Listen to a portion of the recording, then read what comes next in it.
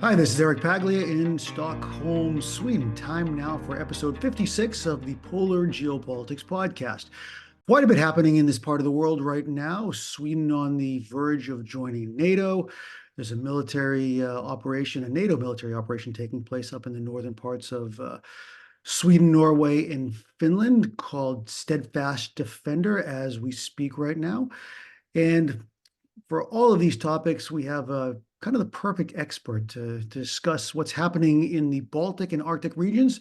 Actually, it's one of the priorities of this podcast these days is not only to be talking about the Antarctic and the Arctic, but also to expand into the geopolitics of the Baltic region, which is so much connected to the Arctic these days, with Russia playing such a major role on the other side of the Baltic Sea from Sweden.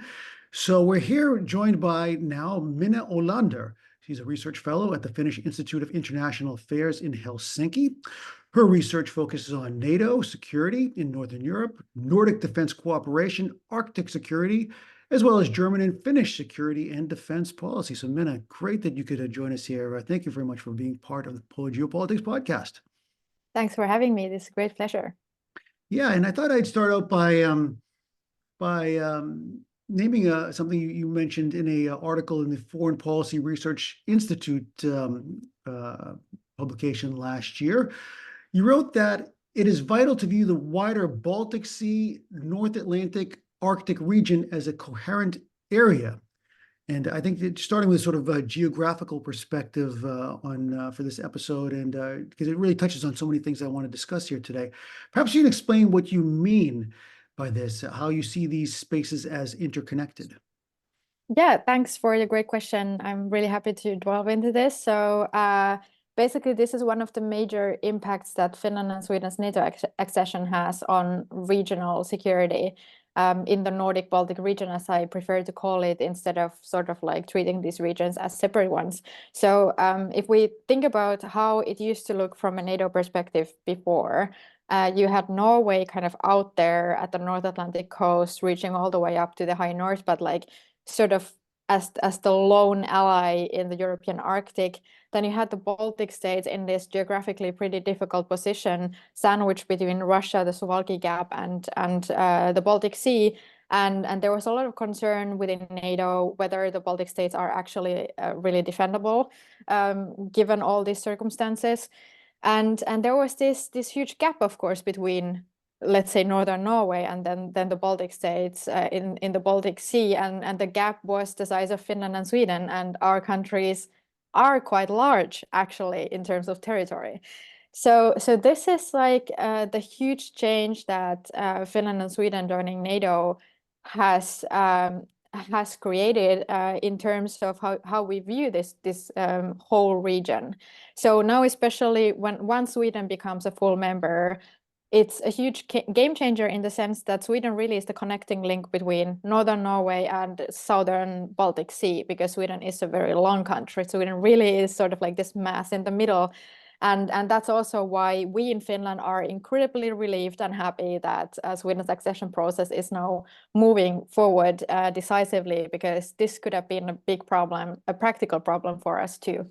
So if we look at this now, how, especially from the hard security perspective, how the outlook has changed now, it's possible now within the alliance to kind of make coherent and connected defense plans for this whole region without having to figure out how to like circumvent or like work around Finland and Sweden not being in the alliance. Already in the Cold War, there was a lot of secret cooperation between Sweden and NATO countries and NATO itself.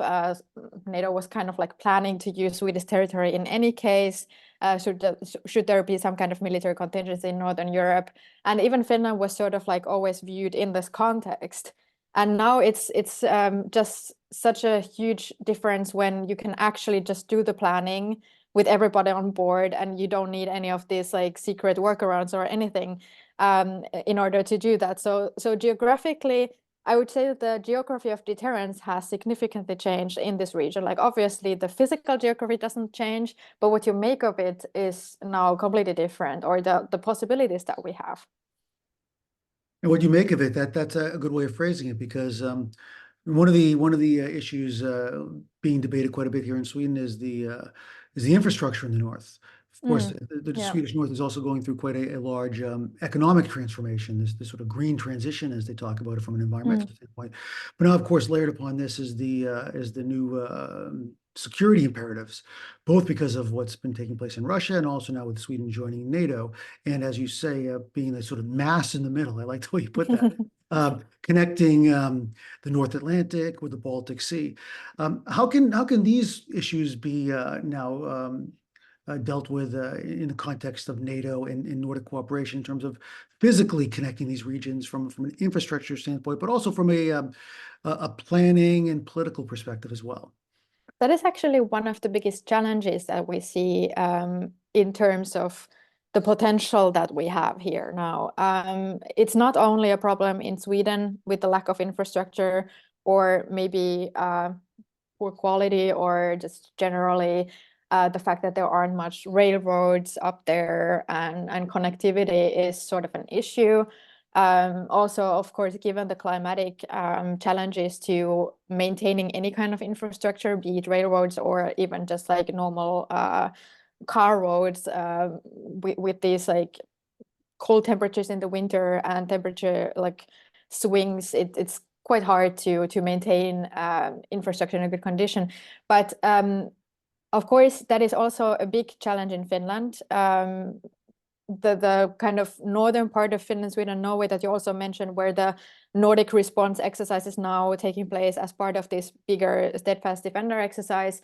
It's precisely testing all of this, like how well can militaries move up there? Like what kind of mobility is there in place?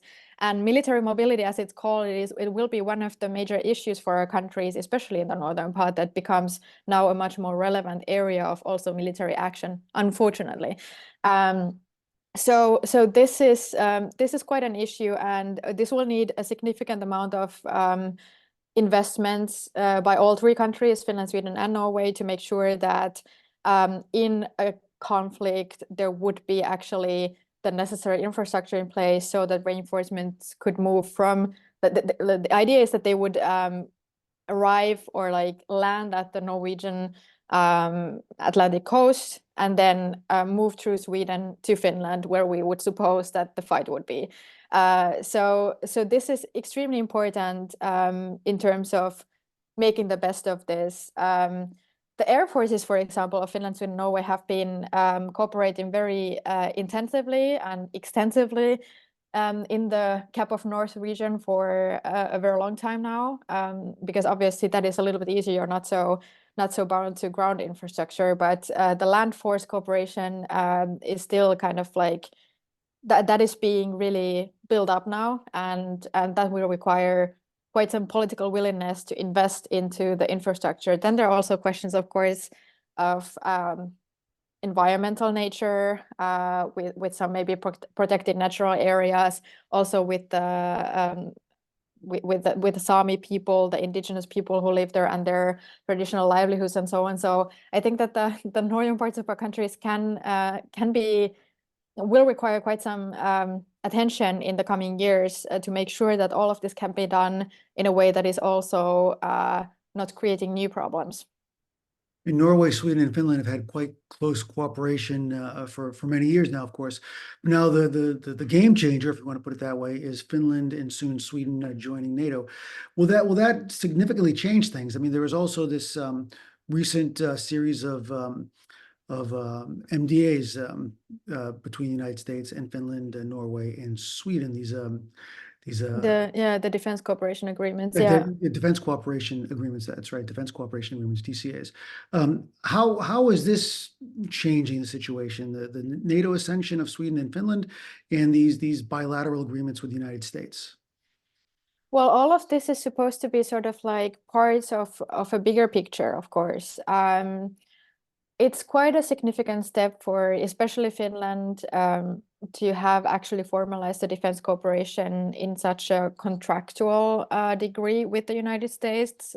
This was quite unthinkable in Finland for a long time, and it's sort of like symbolizes how big the change has been in Finland, not only since 2022, but also already before that. Finland and Sweden both took steps to increase and kind of make it closer, the cooperation with the United States already before there were like bilateral and trilateral agreements already in, or kind of like statements of intent already in 2016 and 18. So there was a story, pre-story to these DCAs that were signed last year. But the idea, of course, is that the United States views this region as one region. It's not gonna kind of do the same things with each country, but it's gonna view the bigger picture and then think about like what makes sense to be deposited in Finland, which is like supposedly closer to the front line. What should be maybe deposited in Sweden, and like what kind of arrangement makes sense. And here actually in the negotiation process of these DCAs, and by the way, Denmark is still in the process of negotiating theirs. There has been a lot of coordination between Finland, Sweden, and Norway. Norway was quite forthcoming with sharing like their experiences from the negotiations, and there was a lot of like kind of sharing of information on who is striving for what, so that also the Nordic countries had quite a good view of like what was going on, what was happening, and that was very important because of course the point shouldn't be that we all try to get the maximum US presence into our countries, but it has to make sense for the wider region and from NATO perspective and for all of us.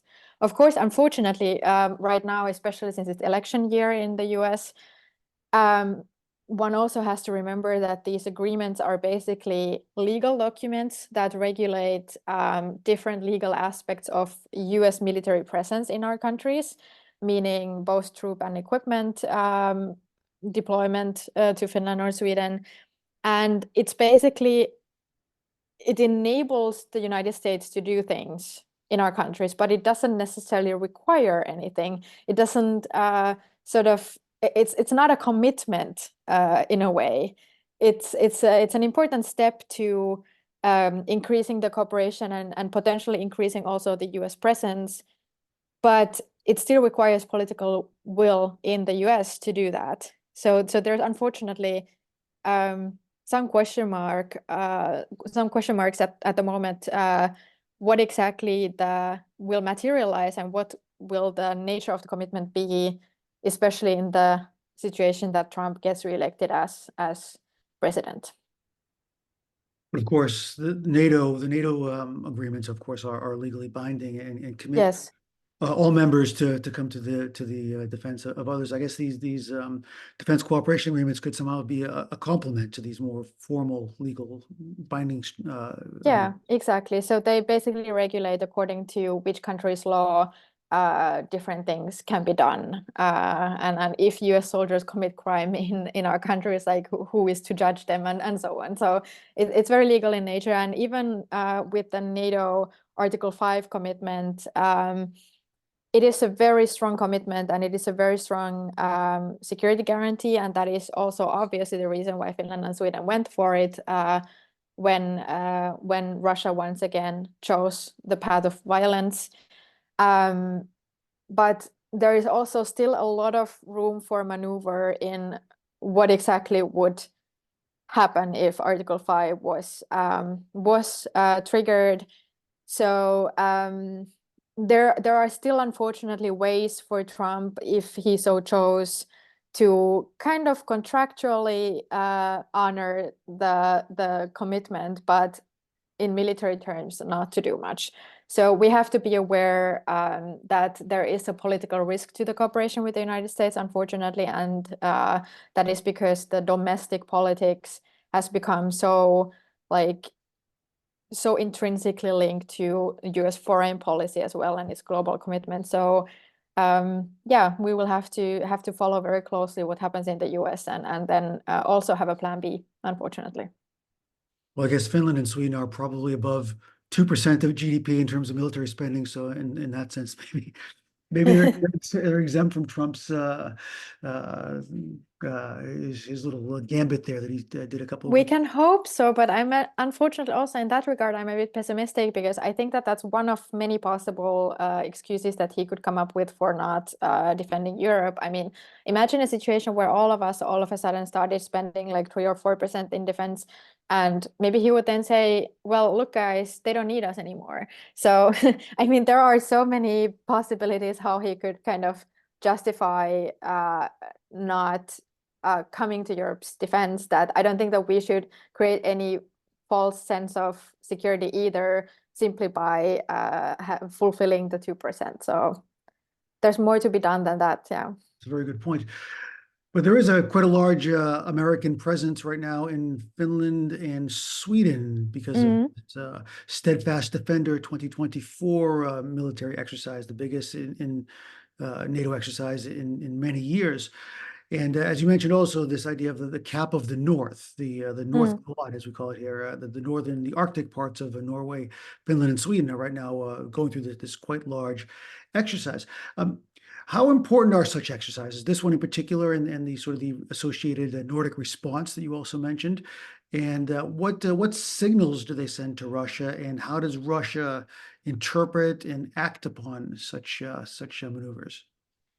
I would say that like these kind of exercises, and this is by the way the largest since the Cold War, so it's quite significant. I think it has two purposes. First of all, now that NATO has sort of returned back to its roots, so it's really focused now on territorial defense in Europe because that's where the threat is right now with Russia's war in Ukraine ongoing, and the future is still very uncertain what the outcome of that war will be.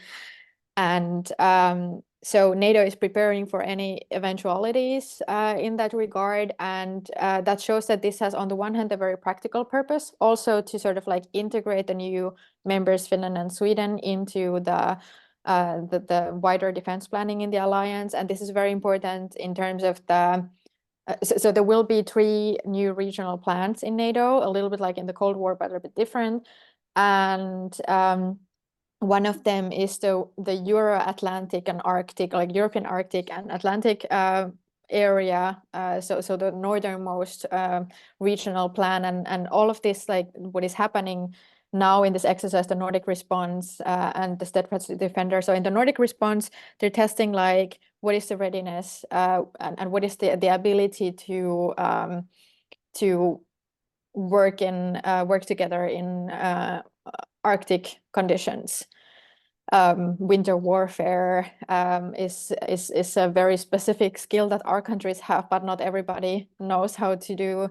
So it's very important also to have a lot of allies participating in these exercises so that they get a very like first-hand experience of what the conditions are when it's sort of cold, but also springtime is coming. So then the snow is also melting in some parts already. When there is little infrastructure and little civilization as well, and maybe even like, I mean, very, very up north, like also trees don't grow anymore. So these are like all very specific kind of circumstances, natural and topographical circumstances that don't exist elsewhere. So that's one part, and also one part of this wider Steadfast Defender exercise that will continue until May. So several months long exercise. So one part is also in Central Europe to test the movement of Allied troops and equipment through Europe to the eastern flank. So these are, of course, very concrete reasons to do this exercise. But then there's also the wider sort of signaling purpose towards the adversary, which is not defined in the communication about this exercise officially, but it is called a near-peer conflict that is exercised here, which basically means Russia. And the idea, of course, is also beyond Russia. Like if we think about others like China or even as far as Iran or something, just generally this group of rogues, as we could call them. So the idea is to signal firm sort of resolute unity in the alliance, to show that it's not just empty words when in 2022 in the Madrid summit, NATO announced that it will defend every inch of allied territory at all times. So it really includes also these vast northern areas, the new territory that was added to the alliance since then. So there is this signaling purpose of showing especially Russia that we are ready and we are determined, and that it would be an extremely bad idea to test NATO's resolution to defend its allies, because that is, of course, something that is really probably keeping some decision makers up at night, that whether Russia may at some point decide to do some kind of provocation somewhere else, like on NATO territory, to just test whether NATO really walks the talk. So this is one very important purpose of the exercise, to show Russia very clearly where the limits are, so that there would be no misunderstandings on the Russian side either. Because like a big part of like why Russia went to war against Ukraine was a huge miscalculation about how that would go and what would be the Ukrainian resolution to fight back. So I think this is especially relevant for the Arctic, which hasn't really been on NATO's agenda until now, that we very clearly signal our own limits there and our own red lines, so that there's not like too much ambiguity where Russia could, like, based on a misunderstanding, it could come to some kind of unintended escalation or something like that. I personally think that it's not very likely, but it's also better to be safe than sorry, and that's why it's very important to signal this kind of clear response that we would have if Russia tried something. And Russia, of course, also practices these gray zone tactics, this hybrid warfare that Finland has been at the front lines of. I'd like to talk about a bit more about that a little later on. But before that, you voiced some concern in another article I read that you wrote over the Nordic countries somehow being divided across two different NATO joint force commands. I wonder what the current, this is about a year ago you wrote this, but is that still the case? And with Sweden soon hopefully joining NATO and Finland already joining NATO, how does the command structure of the Arctic and Baltic regions look inside of NATO at this point?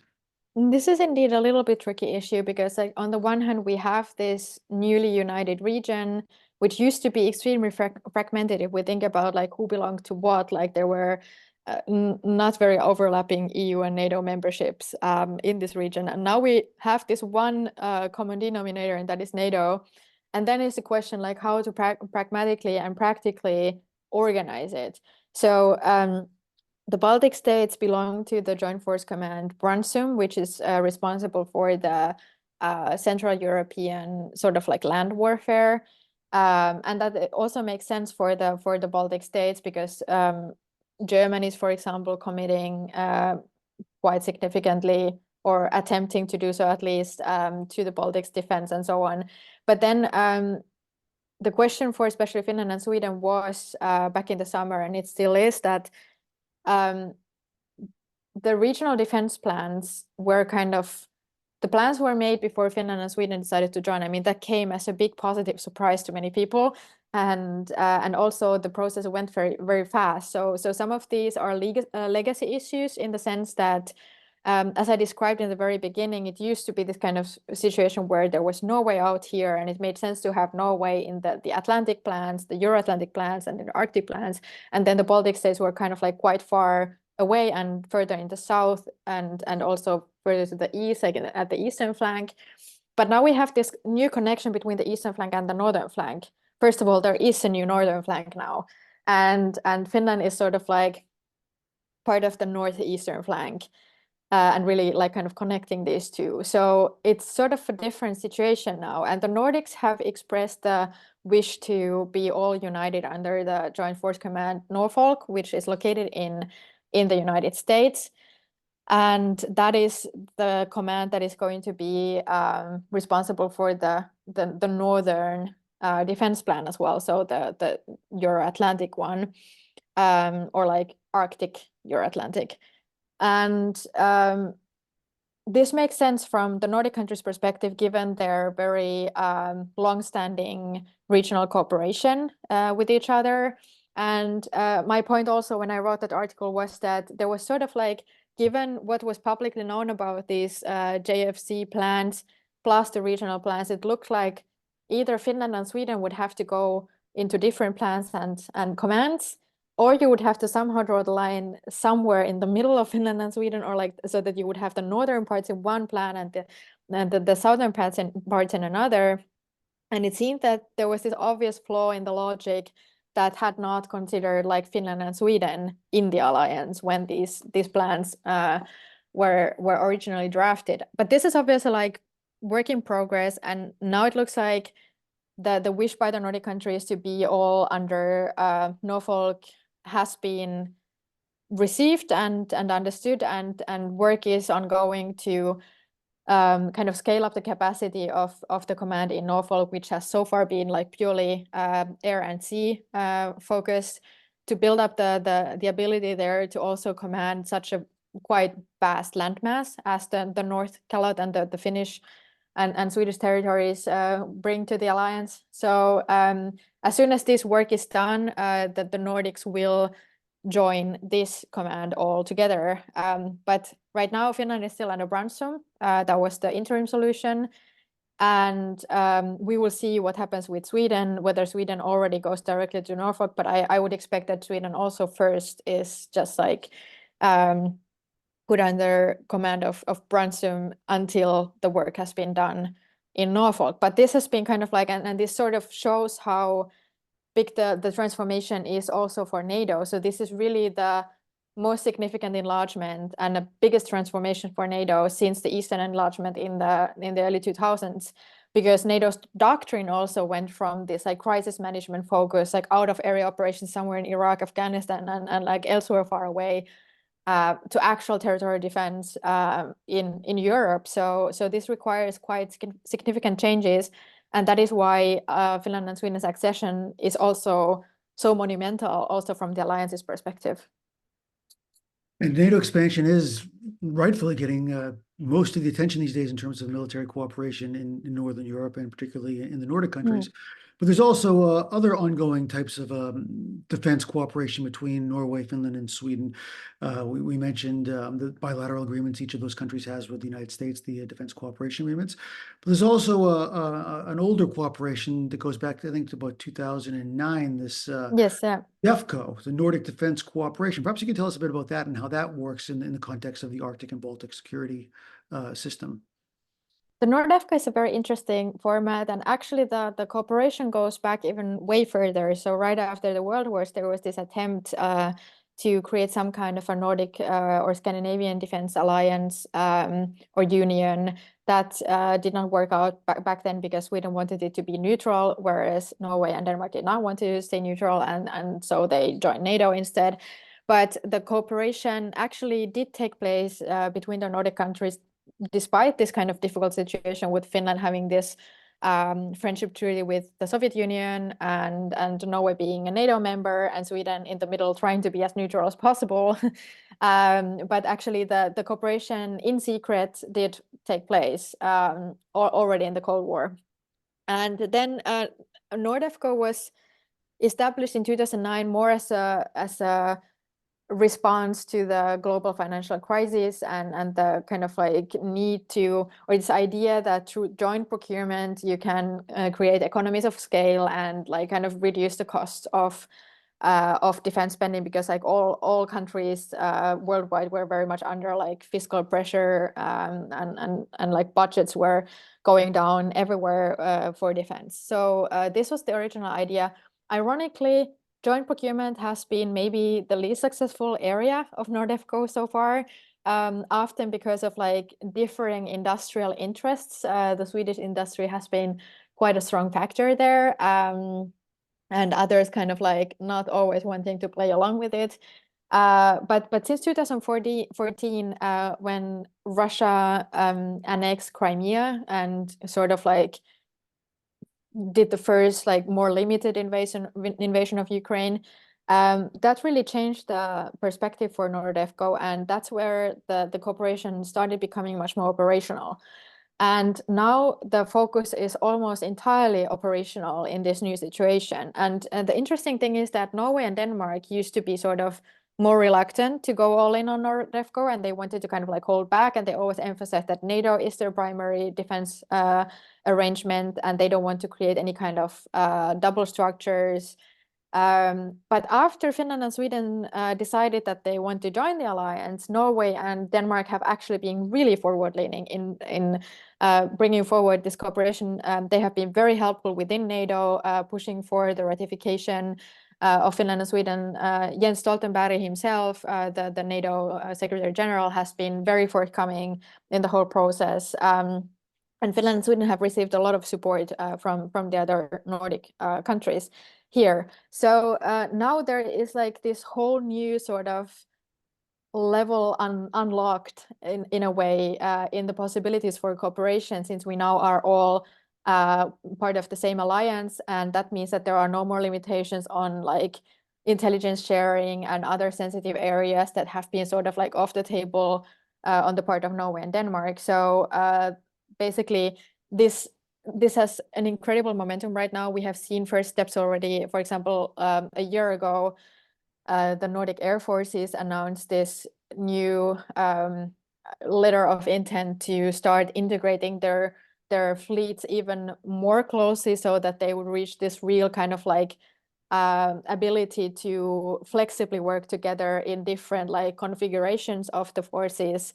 according to need. So it doesn't mean quite that they would form like one big Nordic fleet, but then essentially the idea would be that they could very flexibly form different kind of configurations and then work together on a very short notice. So kind of like take the Nordic already existing Nordic cooperation with the air forces onto the next level. And it was very positive that also Denmark joined this.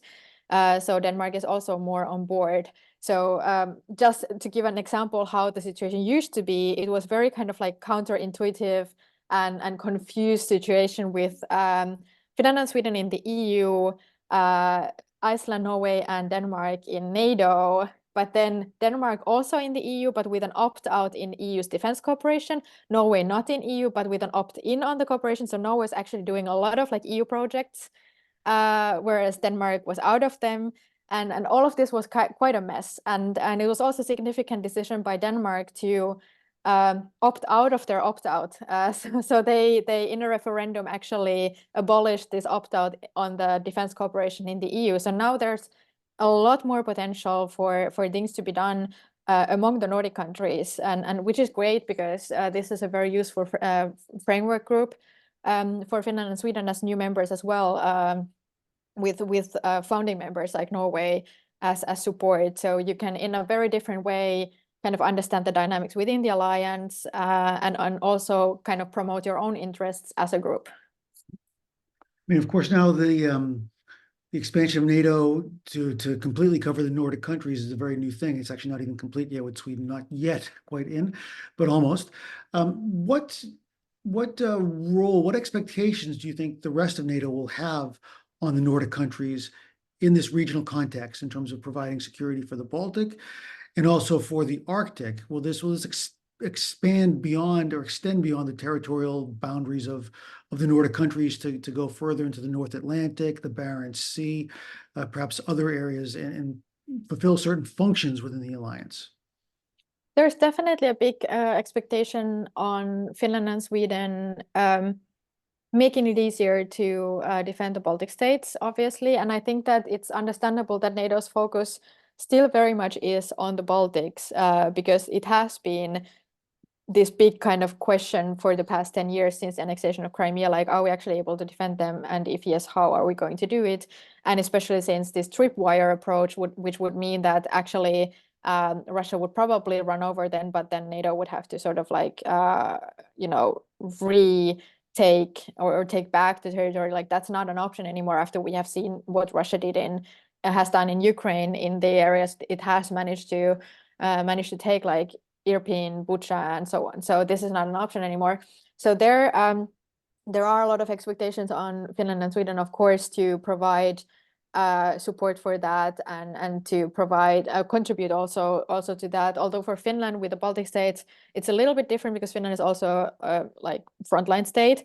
So what Finland's role is to kind of create an additional dilemma for Russia so that it can't even so easily plan an attack on the Baltics without considering the whole long border with Finland that reaches all the way up to very close to the Kola Peninsula, where Russia has its nuclear submarine fleet. And that is very important, strategically very important military district and base for Russia, because those nuclear submarines basically provide Russia with the nuclear second strike capability. So this is a very new and much more complicated scenario for Russia, and that in itself is already a valuable contribution to the alliance, that Finland creates this whole new kind of dilemma from the Russian perspective if they look at the NATO-Russia border. It's sort of like, it may sound a bit counterintuitive, but actually for NATO, it's a huge advantage to have this longer border because Finland and Sweden are actually very capable allies and they don't add a burden, but they are security contributors. Whereas for Russia, it makes the planning of any offensive campaigns against NATO much more complicated because now it has a longer border to consider. Also not to forget that like whatever happens in Ukraine will remain a big dilemma for Russia because there's like one of Europe's most combat experienced armed forces now facing it along a also like basically 1,000 kilometers long border. So the situation is inherently much more complicated for Russia now than it used to be before this invasion, and Russia has in many ways achieved the opposites of its original strategic goals here. What comes to the Arctic, it's a little bit less clear because Arctic has really been sort of Norwegian-Canadian domain where they have been also sort of reluctant to let NATO in. Norway had its own sort of approach how to like deal with this, how to manage the situation with Russia. And it had like this two-track approach, which was called like reassurance and deterrence. So it included like good bilateral relations. And then what the Norwegians like to call calibrated deterrence, which means that like the deterrence was provided by the NATO membership, but Norway would sort of like self-restrain from like NATO activity or NATO presence too far up north, too close to the Russian border. And the interesting thing with especially Finland's accession to NATO is that, of course, now it's not anymore only up to Norway, like what to do with regard to Russia in the Arctic. So if Finland now starts building NATO bases in the northern part of the country or like having massive exercises there all the time, which is basically happening, then it's sort of like kind of, pulls the carpet under Norway's like calibrated deterrence to an extent. And this can be actually also a good thing because then it's not only Norway's responsibility to kind of manage that relationship. So it can be like positive or negative, depending a little bit whom you ask in Norway, how this situation is viewed, but it definitely changes. And I think the Arctic is a little bit less clear in the sense that, as I mentioned earlier, it hasn't been on NATO's agenda, and that has been also because the Arctic allies have not wanted it so. So it's a new area, and there will be more kind of like internal politics about it within NATO with differing perspectives on how to do escalation management, given that Russia has such significant strategic interests in the region with its Northern Fleet base. So I think that it will be very important to be also like not only in terms of like military terms, but to have a very good kind of like diplomatic and political strategy to accompany it also within the alliance, because actually the inner NATO politics and diplomacy is a very intricate and kind of like complicated issue, as Sweden and Finland got to see with Turkey's objections, for example, to their NATO accession. So this is a little bit more complicated, and I think many allies will also have an interest in us sort of like taking care of the region so that maybe, and the US has, by the way, also sort of made this clear in the national security strategy and also in their Arctic strategy that they expect the European Arctic allies to be mainly responsible for that part of the world, because there might be some questions of like escalation management as well, like what kind of presence do you want there? Like you want enough NATO presence, but then it has to be communicated clearly towards Russia. And that was something that I mentioned with regard to this exercise that is ongoing. So there is this like virtue in sort of thinking about escalation potential, but not starting to self-deter by supposing some red lines where there may be none. And we have to always remember that we have interests in the Arctic as well. And we have to be able to safeguard those, like our own interests. And we can always just think about Russia's interests when we think about our like military presence in the region. You talked a bit about the Baltic states and Finland as well being frontline states to Russia. And here in Sweden, I mean, it's always felt like there's been some distance to Russia, but the last few months or so has really been more and more public statements by senior military officials, political figures, and others that have really made this the Russian threat of a Russian military action in Sweden even feel much less abstract, much more like a clear and present danger. I mean, as a security expert of this region, I mean, how true do you think that is? Is there a real acute threat at the moment that Russia could turn its military tensions towards Finland, Sweden in the next few months or years? I think it really depends on the sort of time horizon that we're talking about. And I fully understand the reason why in Sweden it may be necessary to make this kind of pretty tough statements on the political level to sort of make it really sink in the population. There's this wonderful term in Swedish which is called fredsskadad, so like peace damaged, that this very, very long, like 200 years of non-participation in wars has sort of made Swedes very comfortable. And of course, like in the Cold War, the situation was very different, and Sweden had a very high military readiness and also this total defense system, but it was entirely dismantled after the Cold War. And that is a big difference between Finland and Sweden, for example, that Finland kept it in place, whereas Sweden went all in on the peace dividend and this idea that history sort of ended when the Cold War ended.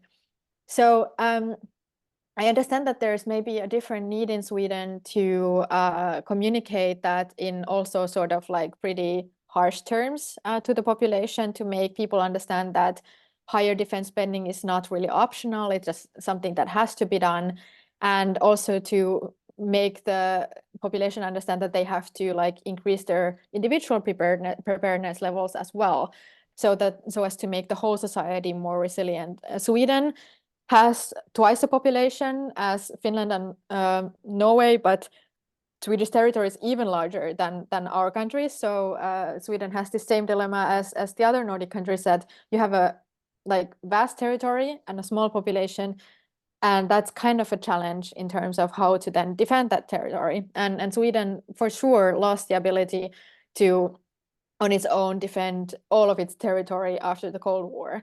And I think that it's actually not only now or like after the full-scale invasion of Russia and Ukraine, but it sort of started 10 years ago in Sweden with the Russian Easter incident, when in 2013 Russia simulated a nuclear attack on Sweden during an exercise. So this has actually been ongoing for a much longer time, and there was this whole period with all the time like gradually increasing tensions with Russia in also the Baltic Sea region that preceded this full-scale attack on Ukraine. So I think that what we are more likely to see in the near future are these different kinds of hybrid things happening here and there.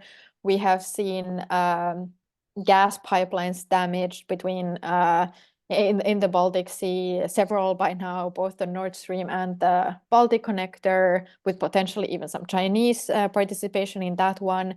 We have seen a lot of like this kind of fishing boat activity up in the north along the Norwegian coastline, damaging also internet cables, for example, to Svalbard, or other critical undersea infrastructure. So this is something that we need to absolutely get better at, protecting, and we need to increase our ability to respond to this kind of action. But there's also different things that can happen. We have, of course, the border situation right now with targeted migration along the Finnish border. That already happened once in 2015 and 16 at both the Norwegian and the Finnish border, which was sort of like a test case for later occasions, like also what we saw then 2020 and 2021 at the Polish, Belarusian and Lithuanian Belarusian borders.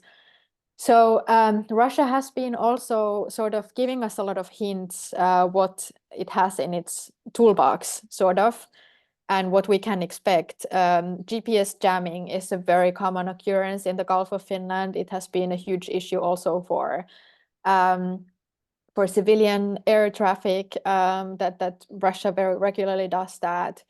So I think that probably it will take some years for Russia to build up the necessary military capability to actually militarily pose a threat to our countries, because, as I mentioned, there is this whole new situation for Russia with the Finnish border.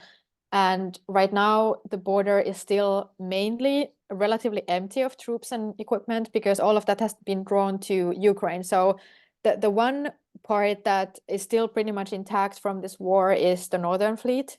So the air and sea assets there are widely intact. And that is why I would expect the Arctic to become more important also from the Russian perspective, because that's where they have most of their intact assets. But otherwise, I would expect that we would see first some sort of a military buildup before Russia would be in a position to try anything, like try attacking our countries actually militarily, even if it was a limited sort of kind of operation. And that, of course, depends entirely how the war in Ukraine goes and what kind of support Russia can receive from China and Iran and North Korea, as it now seems that they are working together, unfortunately, quite well. And that relationship is very interesting, particularly China, which has been quite active in the Arctic. Much of the discussion about Arctic geopolitics is about China's interests. But in terms of Finland, I mean, Finland has had quite a warm relationship with China for most of the past 20 years or so, shipbuilding and other sorts of trade and such. But you mentioned this incident where this Baltic connector cable was ruptured, apparently by a Chinese freighter of some sort, with the anchor, and Russia, of course, having a close relationship with China. And now with Finland joining NATO, how does that affect Finland's relationship with China? And how do you see the China-Russia axis developing in the Baltic and Arctic context in the years ahead? I think that there has been quite a shift in Finland, and that has been coming already for some years. So it was very interesting what kind of ambitions China had for northern Finland. So as part of this Polar Silk Road, China had quite a lot of interest and big plans for infrastructure development in northern Finland. For example, they wanted to build the railway from where it ends now currently, like a little bit above the Arctic Circle, to reach all the way up to the Arctic Ocean. And then they also wanted to invest into building this tunnel between Finland and Estonia, so that then once when also the Baltic railway connections would be built. There's currently like hardly any railways in the connecting the Baltic states, but so there was this idea with the Polar Silk Road that there would be like sort of a railway connection from the Arctic Ocean through Finland, then through Tallinn, and then to continental Europe. So that was a big plan that China had for Finland. And initially, like let's say 10 years ago, there was some enthusiasm about this in Finland. And for example, the railway connection up to the Arctic Ocean has been frequently discussed. but due to environmental concerns and also because there's hardly like enough civilian traffic to make it sort of pay off, there has been also a lot of opposition to that idea in especially northern Finland. And there was sort of like a shift in 2018, 19 that the mood started to change with regard to China, because we saw a huge influx of Chinese tourists to Finland and especially northern Finland before the pandemic. And then Chinese companies also started building hotels for Chinese tourists. So there were these kind of infrastructure projects as well, like Chinese investments into hotels. There was a growing interest on the Chinese side in scientific cooperation, especially on satellite data. And at some point, the dots connected, and the Finns got kind of suspicious, like, what's up with this? Like, what are they trying to get at? Like, what do they want here? And what is the bigger purpose of all this? If you look at the big picture. And then the mood became more restrictive towards Russian Chinese investment. And actually, it used to be sort of a blind spot in Finland, also with regard to Russia, that we had quite sort of it was easy to access property in Finland. So Russian buyers bought a lot of property in Finland in the past 10 to 20 years. Also very suspiciously close to military installations and so on. And that was sort of, there was also this very big high profile case where Russians had started building sort of like an amphibious landing capacity on an island in Finland that they had bought, and it was like taken up by the Finnish authorities. But now times have changed a lot. Finland has kind of made the regulations on third country nationals buying property much tighter. So now if any third country nationals, so outside of the EU, want to buy property in Finland, it needs to be approved by the Ministry of Defense. And there have been several cases since the laws were changed where the Ministry of Defense has decided not to give the permit, both to Russian but also some Chinese buyers. So this has changed a lot, and there is now much more of an awareness that China can also have not our best interests at heart. And I think it's also visible in the 5G network debate. I think Sweden is an interesting case where it was completely ruled out that Huawei could participate in Finland. I think it wasn't like exactly spelled out that Huawei is banned from kind of participating, but it has been made sure that there is no Chinese kind of investment in any critical networks. So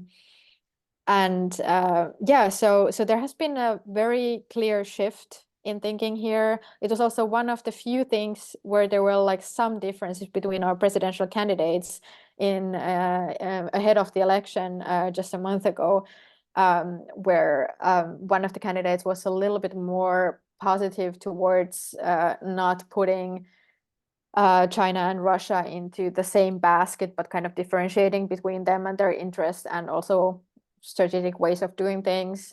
Whereas then the other candidate in the last round was more hawkish towards it. And I think that there is quite a good understanding in Finland at this point that we should avoid making the same mistakes with China that we made with Russia. Was it the hawk that won? Was it Stubb that was more hawkish on China? No, actually, Stubb was less hawkish than Haavisto. In the beginning, he was sort of suggesting that Finland should still kind of keep sort of doing business with China, but like not be naive about it, but still sort of not to kind of like put China or equate China with Russia, and that there is still a difference between those two. But he did harden his line in the course of the election campaign. So that was also quite interesting. In one of the articles I read that you wrote, I don't know if you used the term Arctic exceptionalism in it, but basically you're signaling that it was a myth all along. There was never any sort of Arctic exceptionalism where the Arctic was immune to these other geopolitical tensions elsewhere. But you also made some very interesting points about how Russia has sort of played upon this notion that the Arctic could be a place of peaceful cooperation without ever really believing in it themselves and using it as a way to sort of gain certain advantages against other countries. Perhaps you could explain that perspective. Yeah, so there's like this slogan, high North, low tension. I think it might originate from Norway actually, but Russia has definitely sort of like really endorsed it, and this idea, which was maybe true to an extent at some point in the past, where there was this idea that the Arctic should remain a piece of a zone of peace, and like, you know, somehow we should try to keep it untouched by conflicts elsewhere, which was maybe always sort of like naive and unrealistic. But especially since the Nordic countries' interests in the Arctic have been mainly maybe of environmental nature and commercial, but certainly not military type of interests. Russia has been quite good at sort of using these kind of cooperation formats like the Barents Cooperation or the Arctic Council and other sort of like soft policy formats to promote this idea of the Arctic as this kind of sphere where the Western countries absolutely should stay out of in military terms. And it has been so Russia has been very good at using the soft cooperation as sort of a smokescreen, or like kind of hiding behind it. It has itself actually built up its own military capacity in the Arctic very significantly in the past 15 years. So this is not something that has happened in any way related to the war in Ukraine, for example, but it has been a longer term process ongoing for more than a decade. And at this point, Russia has rebuilt a lot of its Soviet era military bases in the Arctic. And there we indeed see a situation where NATO is like quite far behind the Russian military capability in the Arctic, because it simply hasn't been our on our agenda at all.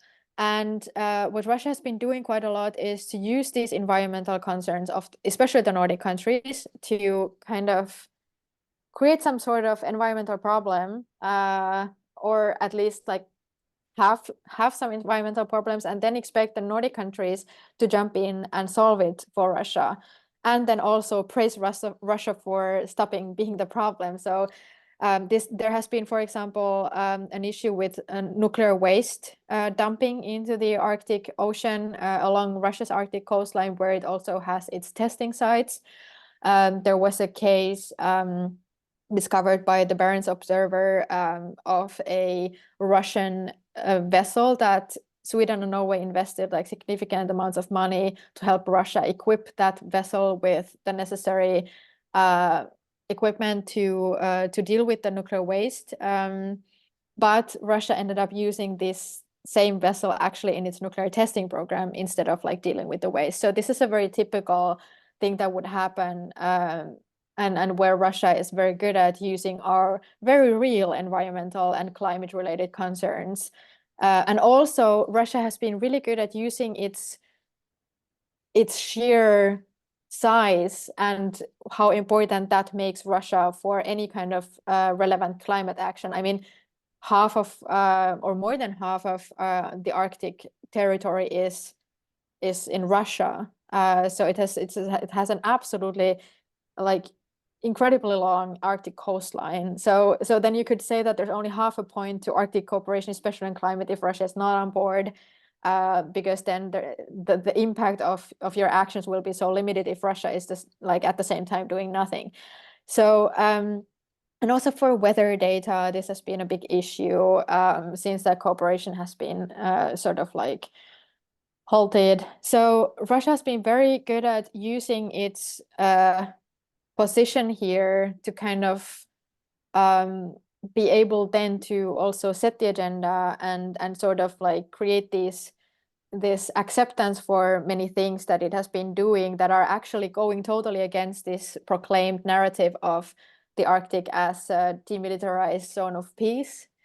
And it has kind of been able to trust that it's too important, so the Nordic countries will have to just keep cooperating with it and have to tolerate whatever it's doing. So I think that there has been this very problematic pattern, and we have to be careful in the future that if we resume some sort of cooperation with Russia in the Arctic, that we're not naive about it and that we don't fall for this again. So we have to expect, unfortunately, that Russia will not be engaged in cooperation in good faith. It is very likely that it will use it to some of its own advantage that might be our disadvantage. So we have to be very careful about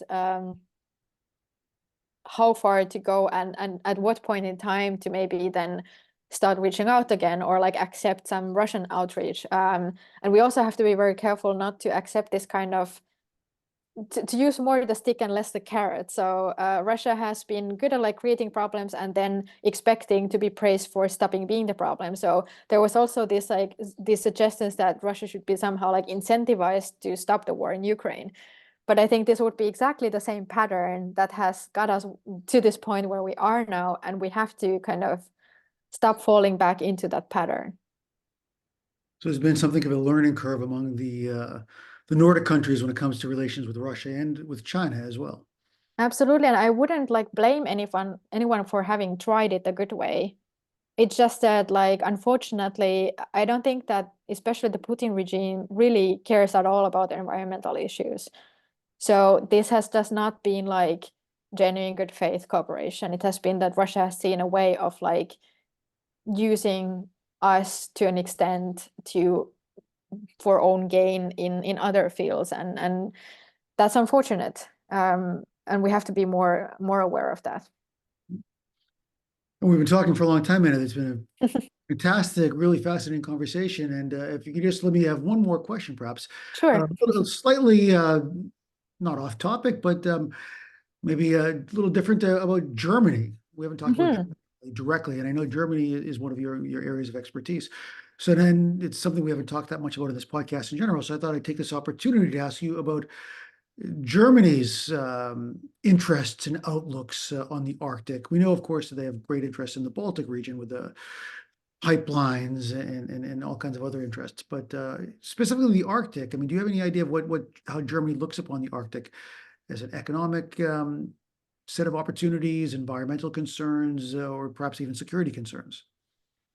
I think in the German view of the Arctic, there's actually quite a good connection between the climate security and military security. So Germany has no intentions or ambitions, and also not really the capacity at the moment to try and become more active or be more present militarily in the Arctic. So that is not to be expected. It would maybe like be in a supporting role if the Nordic countries requested it. But apart from that, there is no plans for a greater role for Germany in terms of hard security in the Arctic, as it's already like very focused on the Baltic states and the brigade that it means to deploy or intends to deploy to Lithuania at some point in the hopefully near future. And but Germany does have an interest in sort of like environmental concerns in the Arctic, and also sort of like what kind of relevant maybe research and development is happening there, scientific cooperation on Arctic issues, this kind of stuff. Germany is fairly active actually. But I think that a lot of things are also happening within the EU framework, and Germany is sort of like relatively respectful of this approach that the Nordic countries have themselves had to kind of like keep everybody else at like an arm's length and sort of keep it as our own backyard and not have too many people messing about the Arctic sort of. But I think that Germany can have a fairly constructive role there, especially since they don't intend to like have any great military presence there. So there's more opportunity to make maybe some commercial and economic cooperation. But one concern that both France and Germany actually share in the Arctic is the freedom of navigation. And that is related to the Northern Sea route, which is becoming, unfortunately, thanks to the climate change, more and more year-round navigable. And Russia has already asserted quite some claims onto the Northern Sea route, so that it's making it hard for other nations' ships to navigate through the Northern Sea route. This is also becoming more important for Russia as a direct connecting line to Asian markets, now that it has sort of like lost the Western markets due to sanctions for its energy exports. So there is some French and German interest in making sure that Russia is not able to completely, undermine the multilateral rules-based world order by sort of like claiming the whole Northern Sea route completely for itself. So I think that this freedom of navigation question and shipping through that route could become quite a hot topic in the future, where many countries have different interests. Sounds like the topic of a future episode of Polar Geopolitics. I'm afraid, yeah. And I hope, we can have you back on at some point to share. That would be great. Yeah. It's really your knowledge is very impressive of all these related issues of Nordic and Baltic security and other related matters. So thank you very much for joining us here on Polar Geopolitics, and talk to you again soon, hopefully. Thank you so much, and that would be a pleasure.